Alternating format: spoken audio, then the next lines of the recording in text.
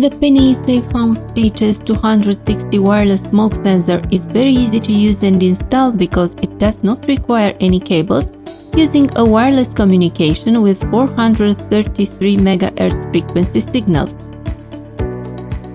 PNI SafeHouse HS260 wireless smoke sensor is part of the accessories of the PNI SafeHouse HS550 alarm system, being compatible only with this alarm. PNI SafeHouse HS260 has the role of detecting smoke in the protected space. In case of alarm, it will send a signal to the central unit, but it would also produce a sound of up to 80 decibels. The sensor is powered by a simple 9-volt battery that gives it up to a year of autonomy.